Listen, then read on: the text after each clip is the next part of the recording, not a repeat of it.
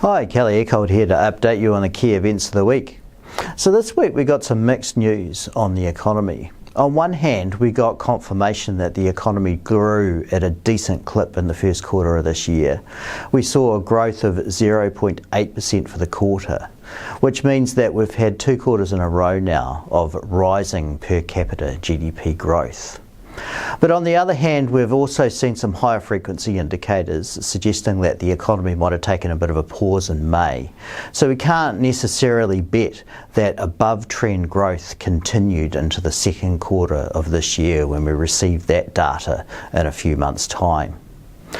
On the inflation front, we saw food prices surge by 4.4% for the year, and that's been instrumental in us lifting our CPI forecasts to 0.6% for the second quarter, which will take annual inflation to 2.8%.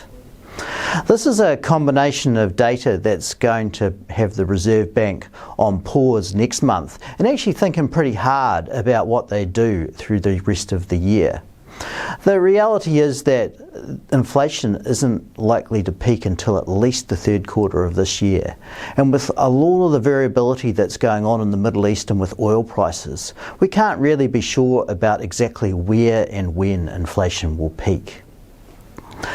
Also, we've got the economy just bouncing up and down right now. One thing we probably can be surer about is that we're past that period of recessionary conditions and very low below trend growth.